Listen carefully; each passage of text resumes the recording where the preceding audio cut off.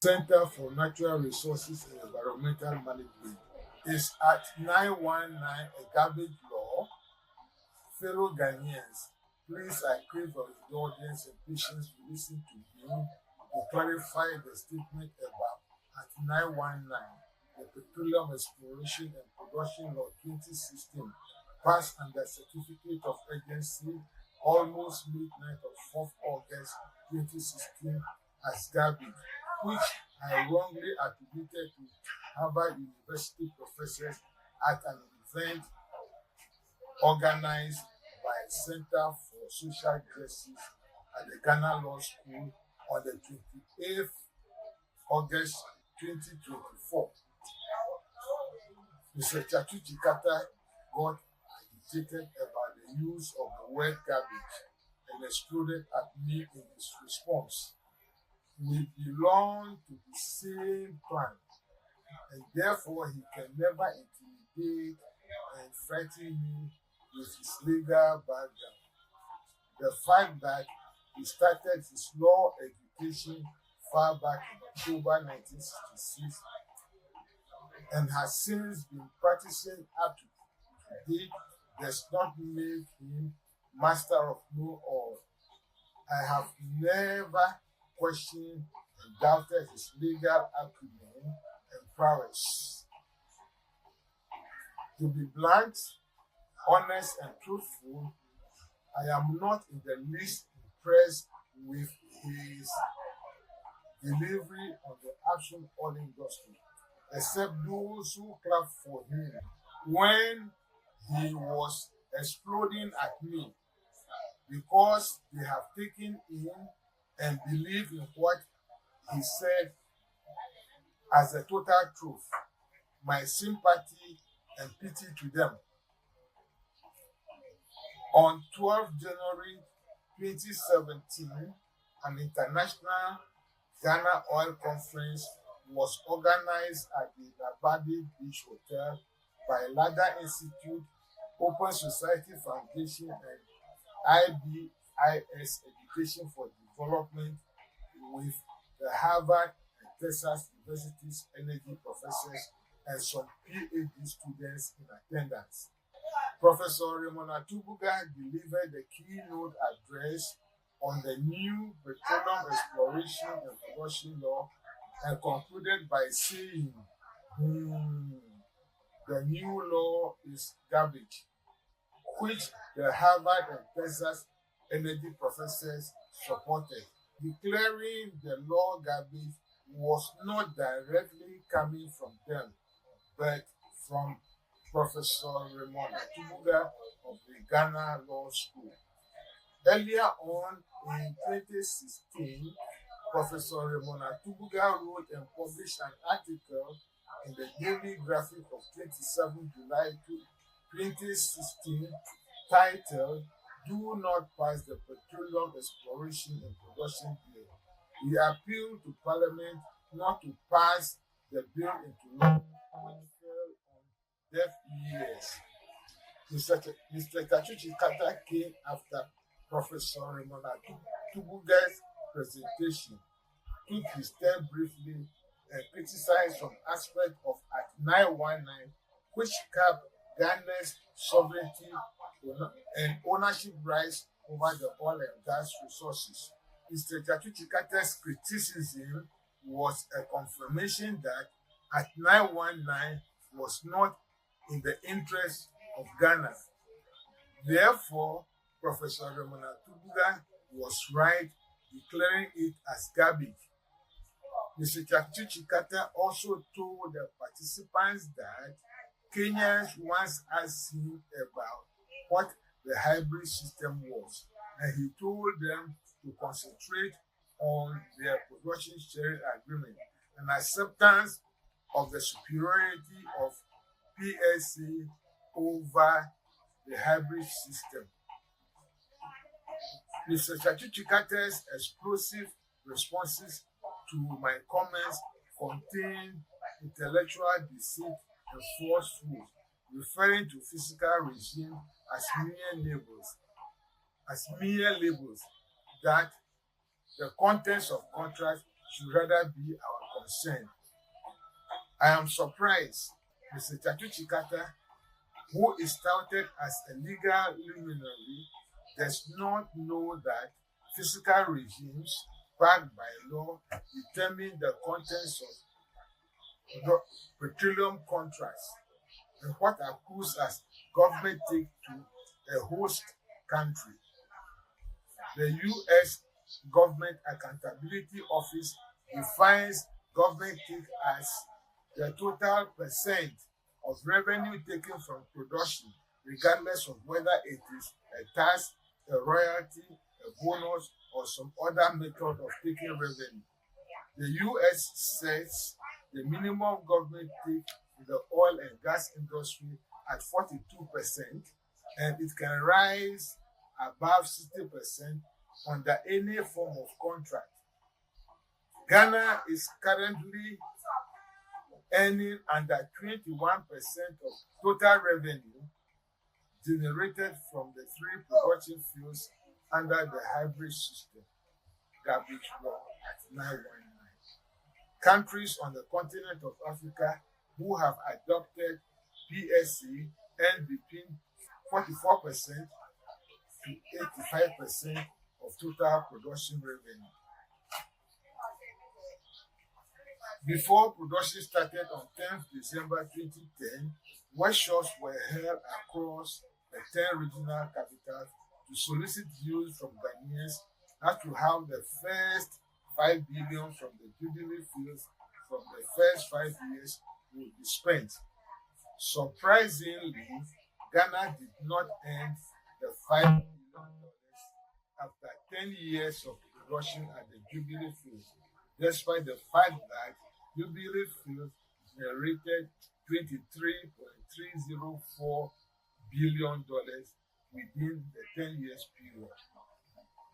Ghana instead earned $4.735 billion, representing 20.31% of the total revenue of $23.304 billion under the Ghana hybrid system contract, because at 919 is garbage and with cost implications to Ghana. On the other hand, Ghana would have earned $14.005 billion from the Jubilee fields under Mr. Tsatsu Tsikata's PNDC Law 84, which supported the production sharing agreement PSC as against $6.55 billion earned from the three production fields, Jubilee fields 10 and Sankofa in 10 years. This is the reason why Ghana is facing the current economic and financial crisis, because our government have entered into what Christian Bidiman of Oxford Institute of Energy Studies described as bastard contract backed by a garbage law. From the poster of Mr. Tsatsu Tsikata, what is motivating him to be defending an exploitative and economic slavery law at 919 over his progressive PNDC Law 84, which supported PSC? Is it the $5 million contract awarded to his company, Strategic Oil and Gas Resources by MODEC, the company that supplied FPSO Nkrumah to Ghana? It will interest Ghanaians to know that FPSO Nkrumah was a single-hull, very large crude oil carrier tanker, ex-Todo, which was delisted out of service and to be scrapped, was bought by MODEC for $46 million, converted into the FPSO at the cost of $160 million, totaling $206 million to acquire, insured at meager for $225 million at the cost. It was leased to Ghana for 2 years at $226 million and later sold to Ghana for $750 million. What a rip-off, because the law at 919 governing the upstream oil industry is truly garbage. Mr. Tsatsu Tsikata, can you name a single country on the African continent that has adopted the hybrid system and be happy with it? Were you involved in drafting this garbage after your release from prison and granted pardon by ex-president for which you refused to accept?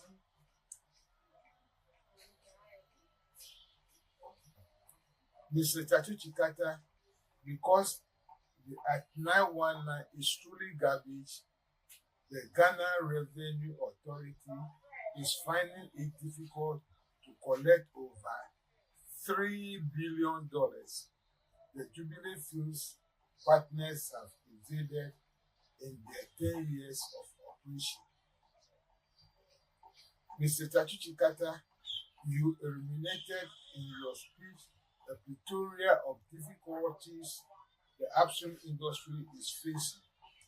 The root of this can be traced to the Act 919, the Garbage Hybrid System Law. This is confirmed by Dr. Amos Ofori-Kwao, also former Chief Executive Officer of BNPC, speaking to Joy News at his book launch, My Footprint in Ghana's Black Gold. He urged Ghana to return to the oil production sharing agreement to accrue more revenue from hydrocarbon resources.